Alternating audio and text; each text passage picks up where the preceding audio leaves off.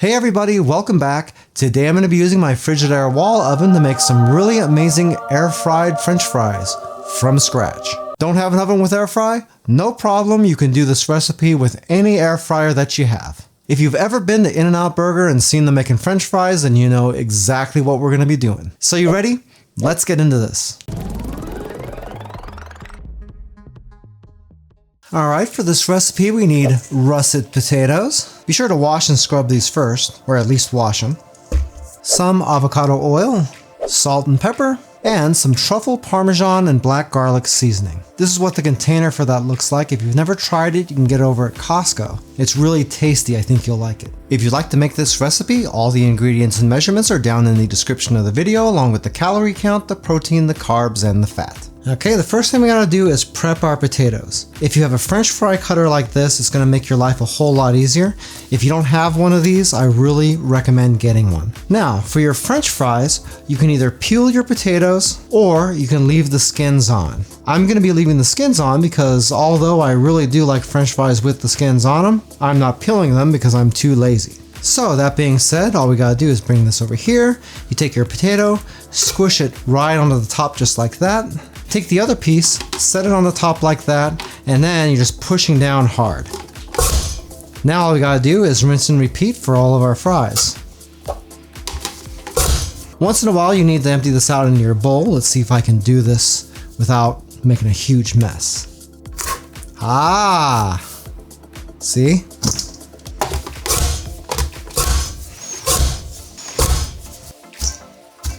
Okay, now that we got all these cut, we can take our fries and we're gonna get these seasoned up. So we'll throw in our oil first. That way we have something for all the seasoning to stick to.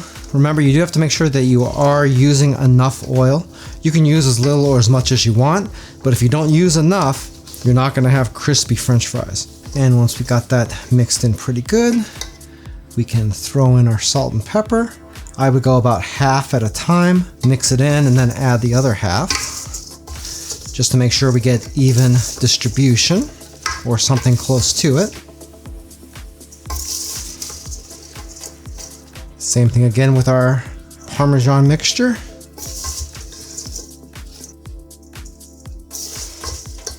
And once you get it mixed up and your fries are looking pretty good like this, then we got to get our oven ready.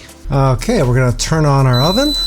Mine's a combo oven, so I have microwave and regular oven controls up here. I'll go into my modes, and since my oven has air fry, I can go straight in there. Now I'm gonna set my temperature to 375 degrees, and my cook time I'm gonna set to 32 minutes.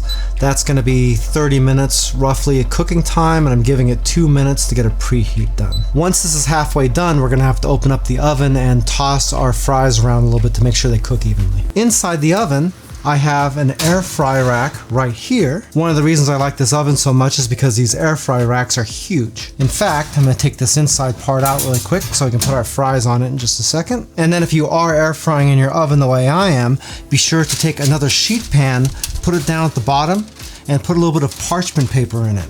That way it'll catch all of the little bits and oil coming off of your French fries off of the air fry rack. And you'll not only be able to avoid just about all the smoke, but you'll be able to keep the inside of your oven nice and clean as well. If you don't have an air fry oven, that's fine as well. You can use any air fryer you got. Just remember, if it's not oven size, you're gonna have to scale this recipe down a little bit. Now, we can just take our fries, stick them out onto the air fry tray.